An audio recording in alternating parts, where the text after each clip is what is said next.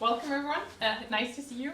I've met Julian personally, actually, through my partner, and we met talking about our work. And I thought, well, he seems to be someone who needs to be at the IMC and talk to us about work. So Julian today is going to introduce us to one of his projects he's been working on at CEPDISC. He's using, is it causal models? Is it correct? It's acyclic models, causal models? Yes, it's a really interesting method to look at discrimination in the Danish educational landscape, so schools.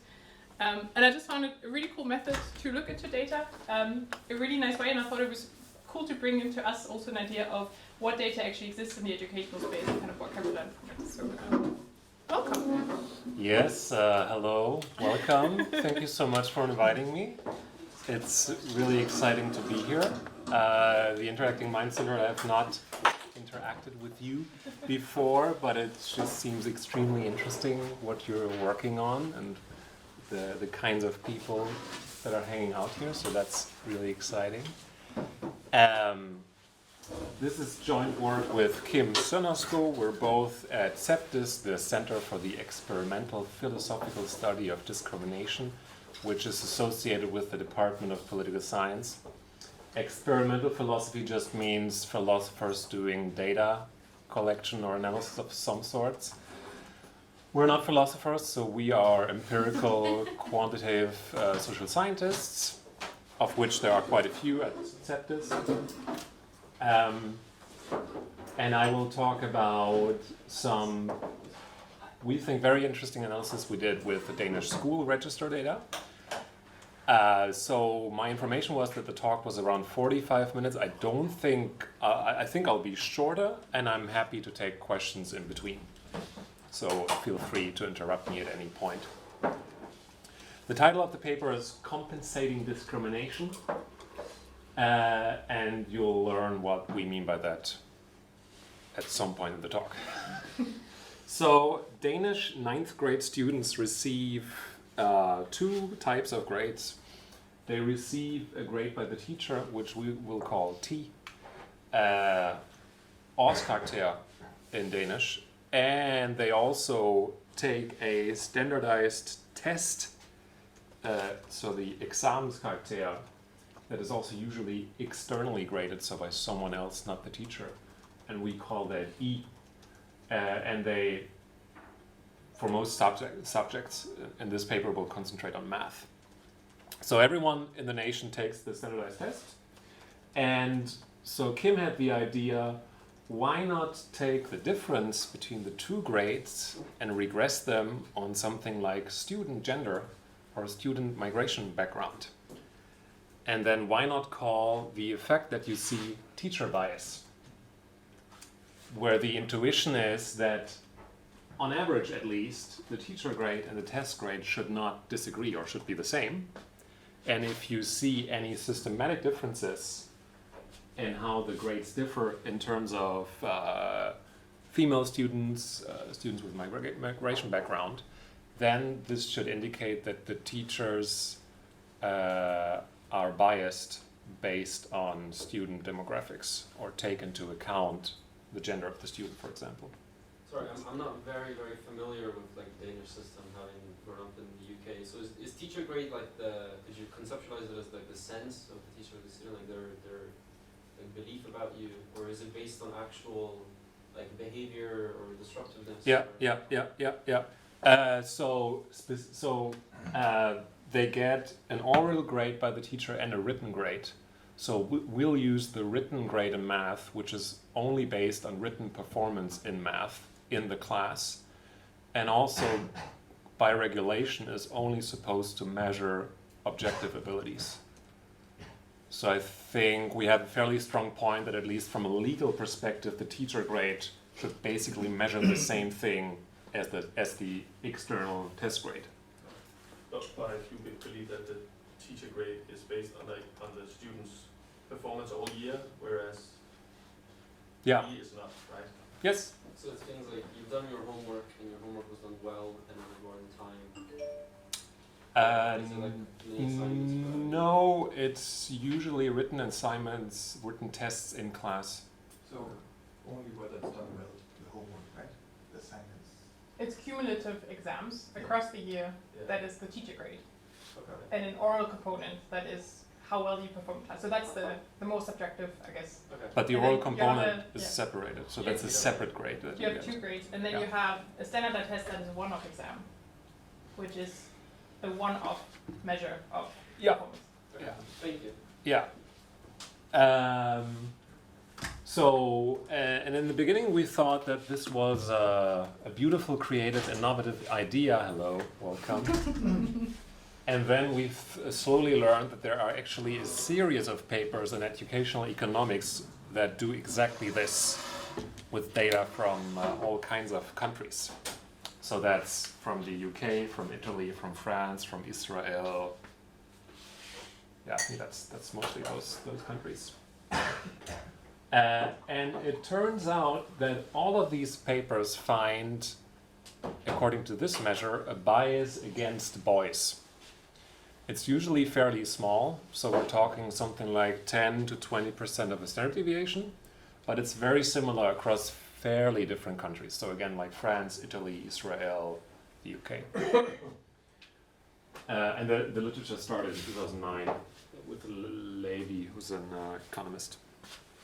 In terms of migration background, the findings are all over the place, so that really seems to vary. And there's also some very nice papers from Italy that show that these biases correlate with implicit bias tests that the teachers took. So teachers who were high on implicit bias against girls are more biased against girls. However, if you look at something like the gender of the teacher, that does not seem to play a role. So in general, you cannot say that female teachers are more biased in one or the other direction, for example.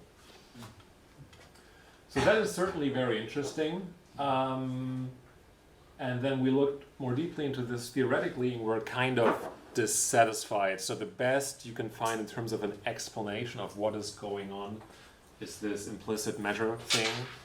But I would argue that's not... I mean, at the end of the day, it just shows that 2 measures of something called bias correlate with each other. But it's not a very deep explanation, I would say. So what we do in the paper, and actually it's 2 papers, is, so first of all, we want to be really precise by what we mean when we say teacher bias, and that's where we use the causal graphs for. And then we look at these large-scale register data from Denmark, and then we make a specific argument that the biases may vary across teachers.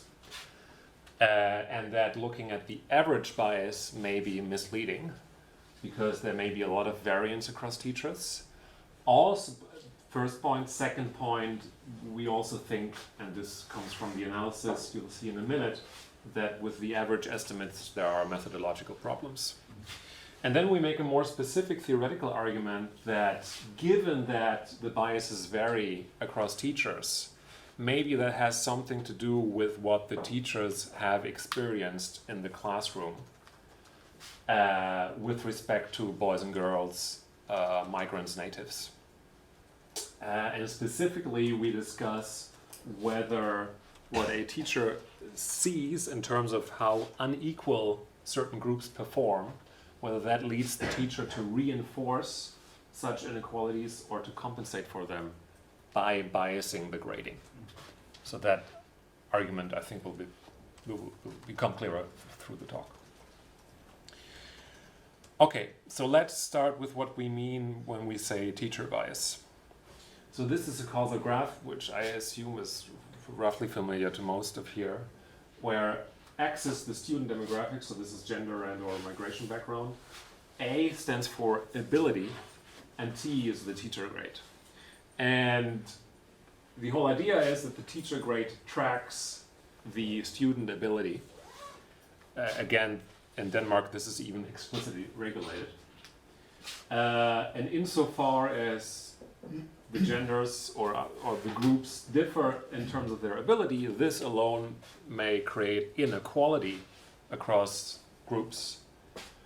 But we would probably not call that a bias, because that would even occur if the teacher, for example, would not know the gender of a student.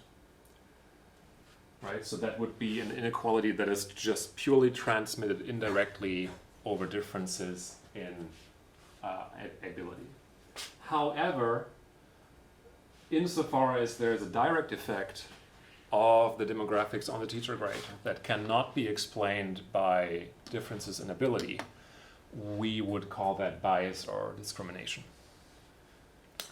And I'm reasonably sure that it was actually Judea Pearl, so the computer scientists behind the modern literature on causal graphs, who made that argument explicit in 2001, saying that at least some canonical definitions of discrimination are actually counterfactual definitions in a formal sense that correspond to something that you could call a direct effect.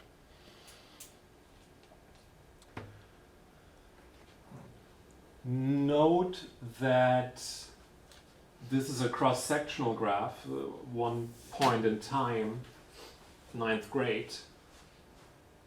This process here has happened before 9th grade or before the day of the test, and this could also include bias. So if we were to further zoom into what is going on here, we would perhaps find that the teachers were biased before, maybe in their actual teaching, treating boys, girls differently in the classroom, thereby affecting their abilities in the first place.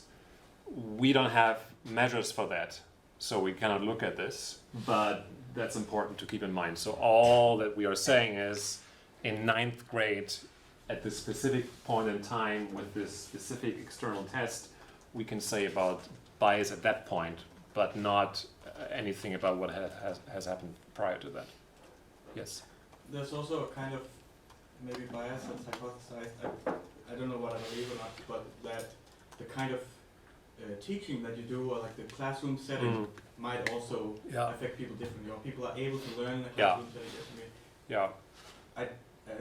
Am I right to understand that that would also not be captured here? Or like that would not be part of the bias?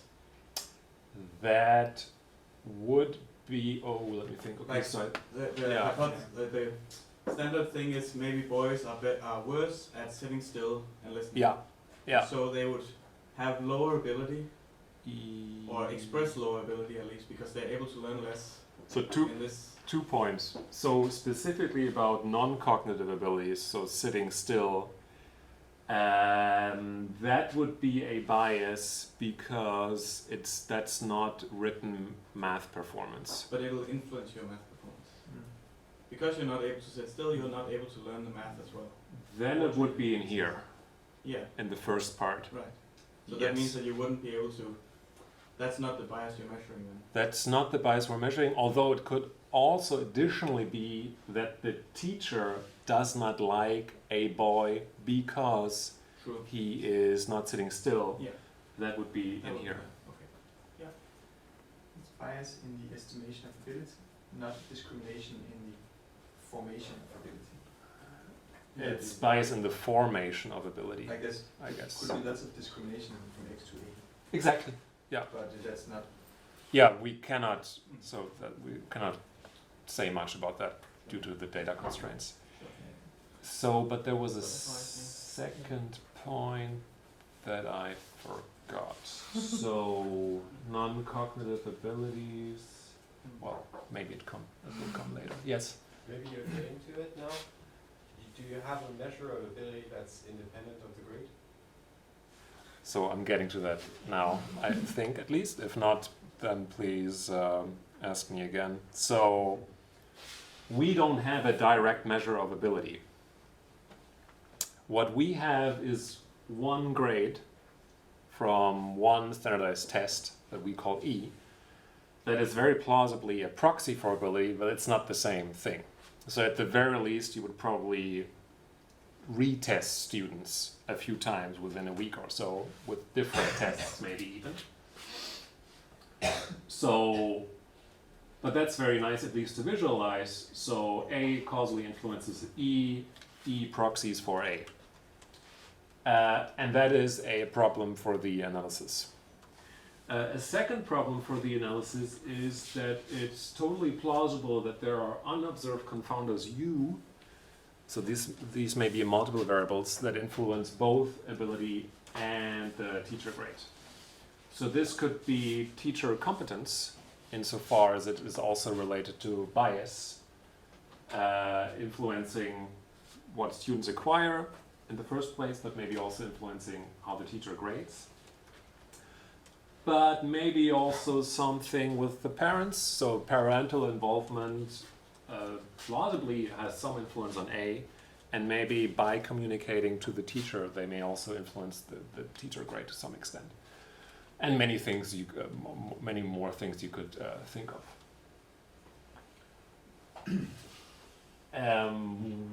We do not think that there are things that influence X and T. So certainly not in the case of gender, because that would mean basically that certain types of teachers systematically get associated with predominantly female or male students, which we think is extremely unlikely. It's possibly more plausible in the case of students with migration background, and I'll discuss that at some later point. Yeah. So I have a question as well. I think so that the one-off grade is, I believe, not, or that test is not made by the student's own teacher. Yeah, no, it's made by an external. It's nationally. Yeah. So sometimes some years you'll hear teachers complain that this year's test was particularly hard. Yeah. And sort of, almost express that they feel like the students weren't, in a sense, prepared for this, or that they sort of prepared their abilities in the wrong. How does that? Yeah. Can you comment? So that would weaken the relationship between A and E. So that I would say that's measurement error in the external test that makes it a relatively poor measure of objective abilities. Right, that's what I meant with ideally we would have different tests within a week, testing the same student repeatedly, and then we could make a more plausible case that we have a good measure of A. Yeah. Just to comment on that, like even if there is error, it would be systematic error for everybody, right? Like in this case, if it's the 1 year test that is particularly unlabeled, like too hard or too easy, it would affect all the class equally or all the year. Yes. Like a systematic error is not variable error. It's a systematic error, yes, in the sense that it would be biased downwards, the grade. For everybody. For everybody, exactly. It's not systematic in the sense that it's unrelated to everything else. Right? It's just so, because there's also other biases you could think of. Well, but I'll get to that in a second. But it's noise for everybody. It's not particularly noise for migrants or anything. It's for everybody. But that's not necessarily the case. I mean, if you have, let's say, the teacher thinks that they are working with a sample of students that are maybe weaker compared to the national average, they might, choose a strategy that is, okay, normally in the national tests, they ask these questions, so we are going to focus on this part of mathematics and sort of maybe not go too much into this part where they typically don't ask a lot of questions. And then, they find that actually this year they focus a lot on the particular thing that the teacher has, because of their sample, has chosen to sort of not devote a lot of attention to. So I think you could find systematic error that depends on the demographic of the students that would affect that relationship between how accurate E is of A. Okay, so I'll get to that point in a minute. Yeah, to that specific point. For now, let's just note that if you know how to read a causal graph, let's go back. So if this were the story, what you would then do is you measure X, you measure A, you measure T. You basically run some kind of regression of this on this and this, and the effect of X statistically adjusting for A will be a consistent estimator of the direct effect, also non-parametrically. I think that's reasonably intuitive. if this is the story, then this is not true anymore. And for two reasons. First, because of the proxy thing, so that introduces a bias, but perhaps more counterintuitively, also because of the unobserved confounders.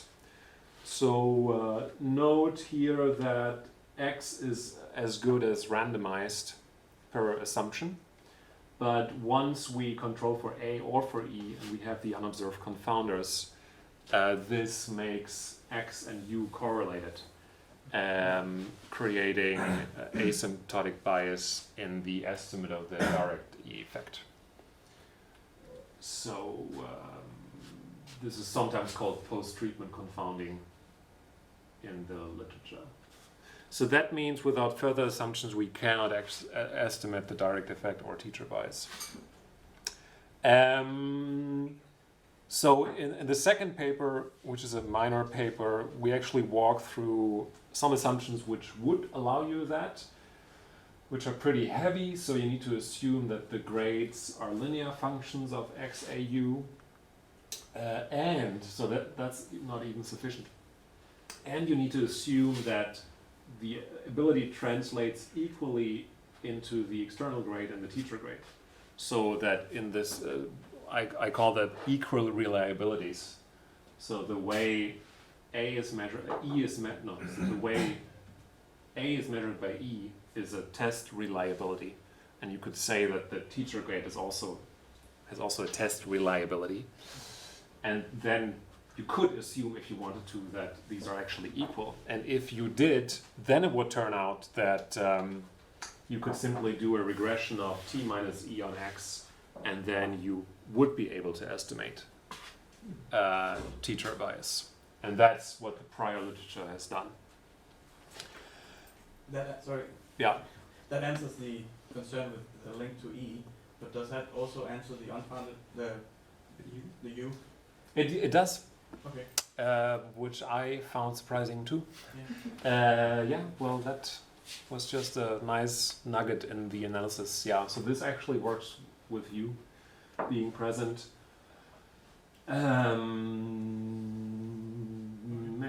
Intuition is that this assumption basically means, or effectively means, that you know this arrow at least up to a transformation, and that's a pretty strong identification assumption, it turns out, in conjunction with the linearity. However, both assumptions, and specifically this one, may appear quite unrealistic.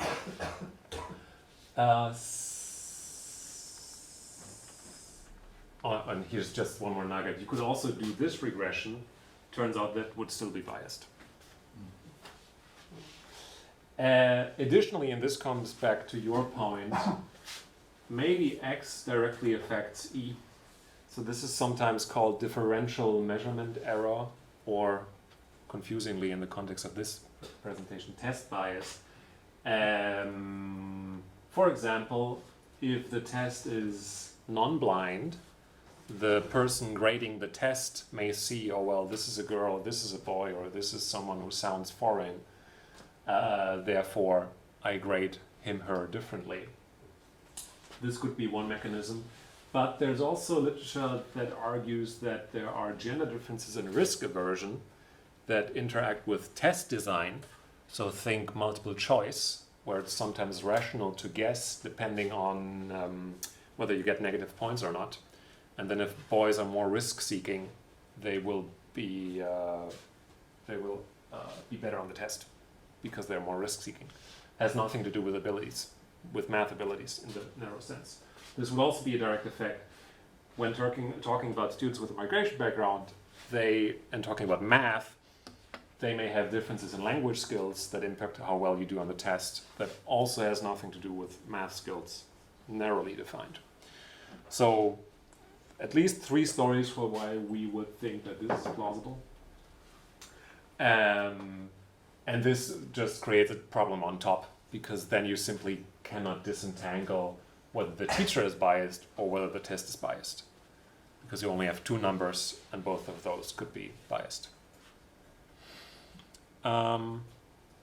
Okay, and then, so what I do in the second paper is I develop a quantitative sensitivity analysis that looks at all of these problems I mentioned and puts a number on how strong the problem is, or a range of numbers on how strong the problem is, and then looks at whether the naive estimate changes significantly in some sense. And I can show you that at the end of the talk, but that's not the main focus. Okay, but I think so. We think that's a pretty precise definition of teacher bias, and I think it really shows that causal graphs can be extremely useful. So this is observational data analysis, and if you draw the graph and start thinking, you will usually find some interesting things in one way or another. Okay, going to the data. So the data is from 17 years, almost all Danish 9th grade students, which in the biggest regression we have about 1 million students. We concentrate on written math, basically because there the argument is the strongest that this external test is at least somewhat of a good test. I think for example for Danish, that's probably a bit trickier.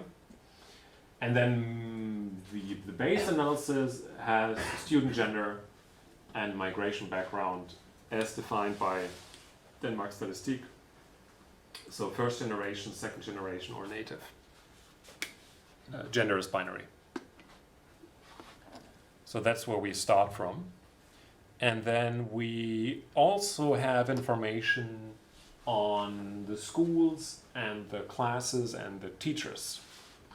So we can match students to teachers for the public schools for these 6 years. Turns out that in this, because most teachers in Folkeskole, you have one class throughout, many teachers in our sample only have 1 or 2 classes. In these analyses, depending on further availability of data and restrictions, etc., we have between 90 and 350,000 students, and between 3,000 and 5,500 teachers. And we use teacher age, teacher gender, teacher migration background at some point in the analysis, and then also something that for now is we call the classroom history of a teacher. So I'll explain that in a minute what that means. And so obviously we'll just look at the average biases, having in mind that they may not be good estimates for the reasons I just explained. And then after that, we'll look at the teacher bias estimates per teacher to get a sense of the heterogeneity in those biases. So that means for each teacher, we take the difference between the 2 grades for the girls minus the difference in the 2 grades for the boys as an estimate of that teacher's gender bias. And the same for students with a migration background. Here are some results.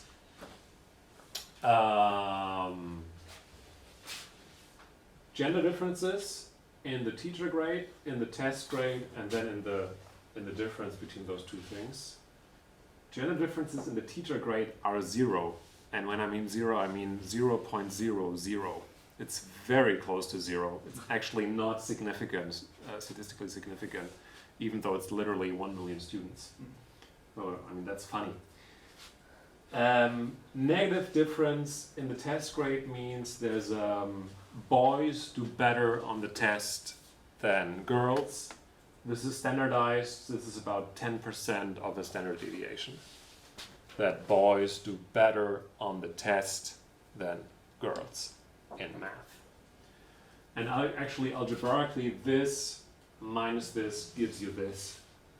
So if you stay within the simple logic, because boys do better in the test grade, but the teachers have them the same as boys, that means that teachers show a positive bias favoring girls.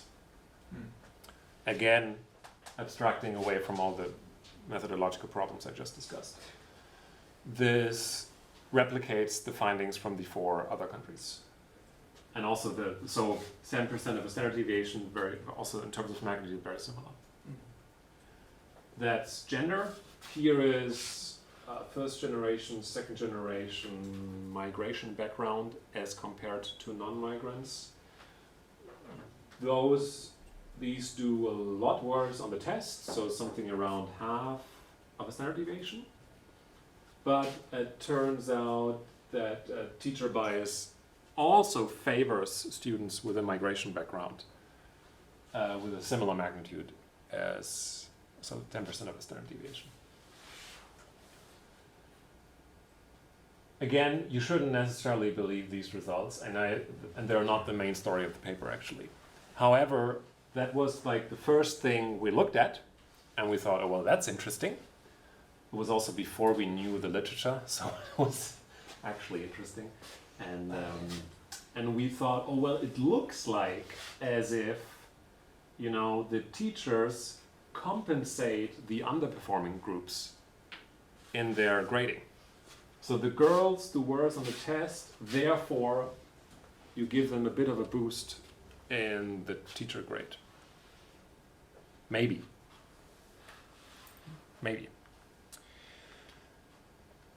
Yeah. Should that be called something like an equality bias? So I'll get to that later. But first of all, so this is on average. This here is a density plot of per teacher bias estimates, and these are actually shrinkage estimates, so they incorporate the fact that most teachers have, only 20, 30, 40 students. And what you perhaps see, or would see if it were nicer, is that it varies. So we're talking between minus 20 plus 30 or something of a standard deviation. Positive is pro-girl, pro-migration background. And you have some teachers that are even more biased in favor of these groups as the average. But then you also have quite a few that have a bias of the opposite sign. And that's actually depending a bit on assumptions, between 30 and 45% of teachers that according to this methodology have a bias of the opposite sign as the average. Mm. Yes? Can you just briefly put a few words on the effect size here? Like, you say that boys perform better than girls in the Yeah. national tests. What, like, by how much, or like, is it even an effect that's worth talking about, or is it quite, how much in terms of a grade is it on Yeah. average? So 10% of a standard deviation is, by conventional standards, not large. Cohen's D would say it's small, I guess, maybe. It's 0.3 of a grade on the 12 scale grade. Okay, so Danish scale goes from 0 to 12, so it would be 0.3 on that so scale. girls score 7, boys on average will score 7.3. Yeah. Okay, thank you. But actually, the effect sizes you find here, that would be 0.1 or something like that, 10% standard. Yeah, that's yes. Sorry. So, Yeah. And it actually coincides very well with the results from other studies. The TIMS that study mathematics in 4th grade, we found for the last 4 cycles more or less the same size of a difference between boys and girls, boys outperforming girls, which is different when we look to the other Nordic countries actually. So, but it's really, if it goes up, the same gap is being preserved. So there's something going on there that is needed to look upon in particular. But it fits. It's 7 score points in TIMS, which is more or less a tenth of the standard. Yeah. All right. So that's TIMS. So that's you were talking about the gender difference on a standardized test. It's an international Yeah. large-scale assessment which Yeah. measures fourth graders' mathematics competences. Yeah. Mm. Nice. What is the explanation? Is it like just test difference performance? Like, No, because and that actually it goes into some of the discussions you had earlier on differential test inequalities or Yeah. differential. We call it normally differential item functionings. Yeah, And that right. is tried out. So the test should be fair towards boys and girls. Boys are simply their ability is higher when we measure them. but the question is, it's just test, like, if we gave an oral exam, would the same, like, But gender that's- biases still count? If we all tested all students in an oral exam and a written exam, would the girls outperform the boys in the other test, for example?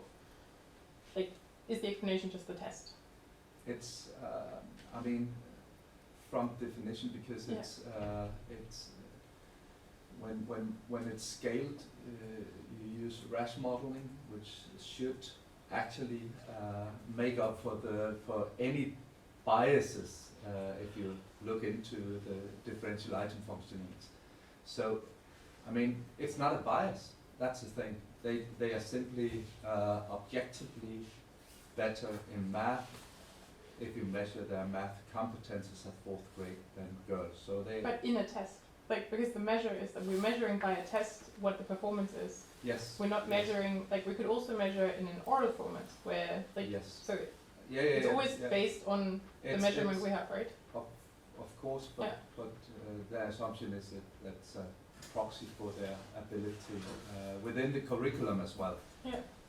Some of the things that was discussed do it is the curriculum differs what was taught and what was learned, and if you measure something that weren't taught, I mean, then it's a problem, of course, but But I may think we say can it take could discussion be- later, but like in my students at least, I would see that some students perform better in oral exams and other in written exams, yeah. based on This is- language this background. This is Could imagine two skills. Okay, but Yeah, sorry. okay, but we're taking this away from your talk. Sorry, I was just intrigued what this measures. Sorry. And so I have a small thing to add maybe Yeah. to this also at a later point. But there's it appears as if there's heterogeneity across teachers in these biases, which is one reason for why the average may not be particularly informative, because it depends on which teacher you get. So for quite a few students, it may well be that their actual experience in the classroom is quite different from what the average is telling you. So, and this leads us to this idea of compensating discrimination, because we're asking, okay, where does the variation in the teacher biases come from? And we make the argument that it depends on teachers' classroom experience with a specific demographic group. So I mentioned before that when we looked at the first picture, our initial hypothesis that was, well, it appeared as if there was something of like compensation going on. So that would mean that teachers observe test differences across groups or actual performance in class that correlates with test performance, and then consciously or unconsciously act on this somehow. But what teachers observe may differ depending on the teacher. And so the empirical strategy we're implementing is we look at how the groups did on the test for a specific teacher and look at whether that correlates with the teacher bias. So let me elaborate. Or let me not elaborate. So again, on average, it looks like compensation, but this per teacher mechanism could at least theoretically be also inequality reinforcing. So that would mean that teachers who see girls outperforming boys give girls a bonus in the teacher grade, So that would be what sociologists call a Matthew effect, because those who have are given even more.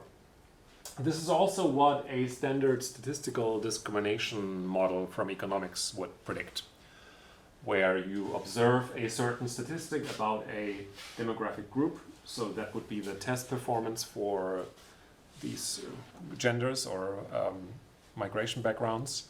And then you use this information in your grading decision, which may actually be statistically optimal in some sense. So that would lead to not compensating, but inequality-reinforcing biases in the teacher grading. However, we argue that there are strong equality norms in Denmark, and teachers specifically are pretty left-wing compared to the general population. So it appears to be plausible that teachers do it the other way around, in the sense that if a teacher sees girls outperforming boys, the teacher wants to equalize outcomes, at least to some extent, and gives boys a bonus in the teacher grade. And that we would call compensating discrimination, because it's discriminating based on student gender or migration background, but in effect it's compensating for pre-existing inequalities. And empirically what we do is basically we compare the bias of two teachers. So consider one teacher who had classes where the boys outperformed the girls on the standardized test, and consider a second teacher who had girls outperforming boys on the standardized test. Then the question is, what is the difference in the teacher bias estimate between those two teachers? In terms of regression, we interact the student demographic indicators with teacher level measures of the test differences. That gives us one coefficient. If it's positive, that means it's inequality reinforcing. I could explain that, but I'm not, because it's confusing. And if it's negative, it's compensating.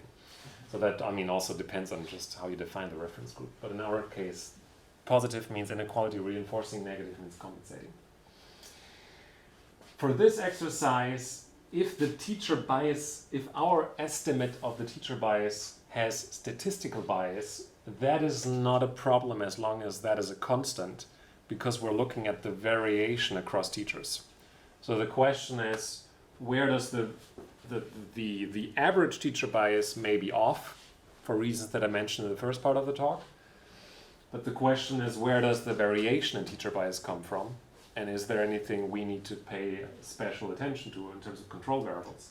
And we do two things to address this. So first we use school fixed effects, or school dummies, which should control for selection into schools. So think of a young progressive teacher going into a Copenhagen school where he meets many students with a migration background, and he is also, perhaps biased more or less in one or the other direction.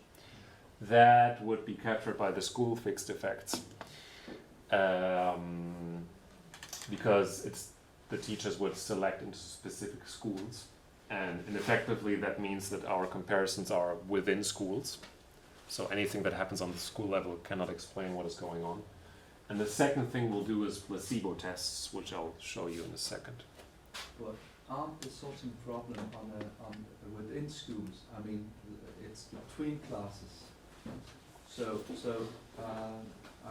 you have it all on the school level, but actually these sorting effects happens within schools, between classes. For instance, the class with many disturbing boys towards the class where the girls outperform the boys, etc. Yeah. That is within school differences rather than between schools. Yeah, it could be. Yeah, I mean, that's true. I guess that's a problem that we cannot directly address with our data. But I'll show the placebo tests that cast some doubt on this. So and I'll explain what I mean by that when I show you the results. Okay, and here's the results, and sorry, these are ugly regression tables. So, these are the interaction effects. Negative means compensating discrimination. So specifically, if you are a female student and you happen to have a teacher where the females were better than the boys, then this means the teacher bias is negative, which means more pro-boy in our setup. Similarly, if you are a student with a first-generation migration background and you happen to have a teacher where those students outperformed non-migrants, then there's also less of a pro-migrant bias, aka more of a pro-native bias. Negative coefficients means compensating discrimination. This controls for school fixed effects, teacher demographics, and then we do a few exercises so we control for these variables on the school level. We interact everything with the share of these groups, and then perhaps most interestingly, this is with this result here, which, and they all look the same, obviously, is with region fixed effects, region in the terms of country of origin, usually of the parent of the student. And the last two models subset on specific migrant groups. So Middle Eastern, North African migrants, migration background, or non-MENA migrant backgrounds. So these are more homogeneous comparisons, but the estimates are basically the same. I mean, it's all extremely close in terms of point estimates. So this paints a very consistent picture. So the teacher demographics include age? Age, gender, migration background. Yeah. I'll show you also some more results on these variables. Okay. Yeah. So that's basically the main result of the paper. Okay, and then the placebo tests. So this is doing the same regression. So these are the student indicators, but interacting with different measures of teacher classroom experience. So this here interacts whether the student is a female and what the teacher observed in terms of female-male difference. So this is just the effect I just showed you. This is compensating discrimination. But this here looks at whether the gender bias also depends on how the migrants do. And it does absolutely not. Which is good, because it shouldn't. If it did, then that would mean, I mean, if this were different from 0, that would mean that teachers with a specific gender bias get to assigned to classes where migrants do unusually well or poor. And similarly, the zeros here tell us that teachers with a specific migrant background bias don't get assigned to classes where boys or girls do unusually well or poorly. So it's not, so it still leaves room for cases where, like, oh, we have this one class where the boys are all crazy, therefore let's send in this really strict teacher who's maybe, I don't know, unbiased. So that's still a residual problem that we cannot address, I think. So that's placebo tests, that's the same exercise, but the interactions are with school level variables. So how do boys and girls do on the school level? And you don't see this compensating discrimination effect. So if you compare this with this, it would suggest that it actually is the teacher experience the teacher has, and not what is happening on the school level in terms of how boys and girls do, for example. However, at least one of these placebo tests actually fails. So this indicates that assignment of teachers on the school level may still be kind of systematic, at least with respect to, with something. But it's kind of tricky to interpret. And lastly, well, that's not so interesting. And last is alternative explanations. So this is teacher demographics. Female teacher, gender of a teacher does not moderate gender bias. Migration background of a teacher largely does not moderate migrant background bias. The share of a certain group a teacher gets in contact with also does not moderate teacher bias. So this is like a contact explanation. So maybe it's you just need to meet students with a migration background, and then that leads you to be more biased or less biased. Turns out not to be true. And also, this context explanation also does not vary depending on whether it's a female teacher or a teacher with a migration background. So the teacher demographics play no role, and neither does the pure contact with a certain group. So it appears as if it's the information that is transmitted to the teacher when in contact with a certain demographic group of students. Do you know if the same effects hold in other cultures? No, we don't. Yeah. I think we're the first to make this specific argument. Interesting. No, because I'm just thinking like our kids obviously have to like go through a distribution system. So like in Denmark you have a rule that if you have a foreign background you have a less selection in schools. Ah, okay. So you have an attempt to distribute minority kids more. Right. Like Yes. multicultural Also in kids. terms of residential location. Yeah. Yeah. So that has a different share rule than in Germany, for example, Yeah. where you would have Yeah. Berlin schools just have a huge. Yeah. No. So we're the first to make this particular analysis, and I mean, if I had to guess, I would say it replicates in other countries. Yeah. Because I think that's a story about teachers having a specific socialization. Yeah. That would be my personal guess. That is not justified by the data. I think, can I summarize? Yeah.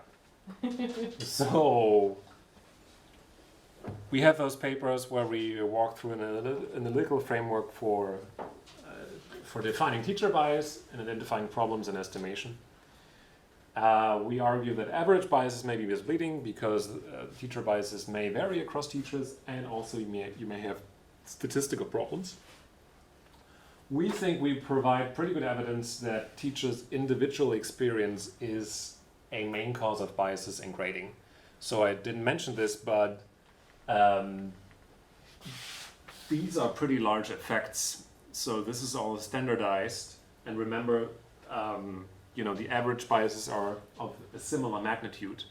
And if you take a teacher, where the one group outperformed the other group by one standard deviation, and the teacher where the opposite was the case, you can switch the bias. So you can switch the sign of the bias. So that's a large effect relative to the size of the average biases. And it's compensating, not reinforcing inequality. Thank you.